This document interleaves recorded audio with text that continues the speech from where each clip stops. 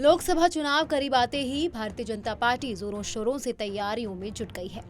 गुरुवार देर रात तक चली बैठक केंद्रीय चुनाव समिति की बैठक में आखिरकार उम्मीदवारों के नाम पर मोहर लग ही गई। अब सिर्फ प्रत्याशियों की लिस्ट जारी होना बाकी है। माना जा रहा है कि आज या कल में भारतीय जनता पार्टी उम्मीदवारों की पहली लिस्ट जारी कर सकती है। बीजेपी की पहली लिस्ट में 100 से 120 लोकसभा सीटों के उम्मीदवारों के नाम जारी हो सकते हैं। माना यह भी जा रहा है कि पार्टी इस बार ज्यादा से ज्यादा महिलाओं और युवाओं को मौका दे सकती है। पार्टी का सबसे ज्यादा फोकस उन सीटों को जीतने पर है जिन पर साल 2019 और साल 2014 के चुनाव में हार का चेहरा देखना पड़ा था।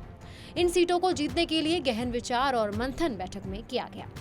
केंद्रीय चुनाव समिति की बैठक गुरुवार को शाम 6 बजे से शुरू होनी थी, लेकिन जेपी नड्डा और अमित शाह की प्रधानमंत्री मोदी के साथ उनके आवास पर करीब 3 घंटे तक चली मैराथन बैठक की वजह से इसमें देरी हो गई। पीएम आवास पर चल रही बैठक की वजह से केंद्रीय चुनाव समिति की बैठक रात को 11 बजे शुरू हो सकी और शुक्रवार सुबह करीबन 3 बजे तक बैठक खत्म हुई।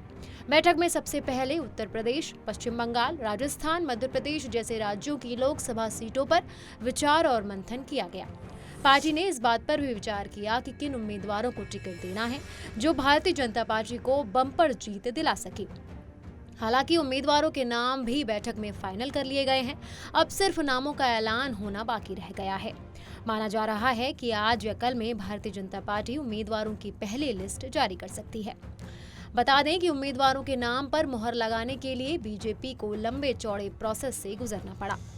नमो ऐप पर जनता से सांसदों के बारे में फीडबैक लिया गया।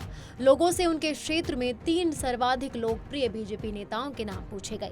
वहीं बीजेपी सांसदों से पिछले 2 सालों में किए गए उनके कामों के बारे में भी रिपोर्ट मांगी गई।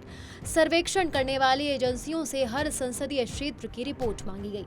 बीजेपी शासित राज्यों में हर संसदीय क्षेत्र में मंत्रियों की ड्यूटी लगाई गई।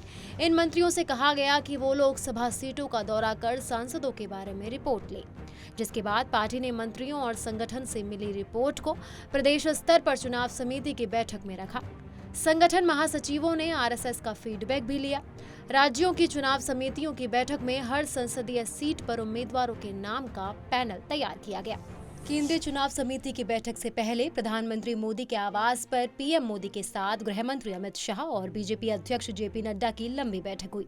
इस बैठक में भी उम्मीदवारों के नाम पर चर्चा हुई और उसके बाद केंद्रीय चुनाव समिति की बैठक में राज्यवार उम्मीदवारों के नाम पर चर्चा की गई। बीजेपी ने हर सीट के हिसाब से रणनीति तैयार की है। ये देखा गया कि हर सीट को जीतने के लिए सबसे बेहतरीन उम्मीदवार कौन हो सकता है। वही उम्मीदवार अगर दूसरी पार्टी का है तो उसे बीजेपी में लाने के लिए भी पूरा जोर लगाया गया।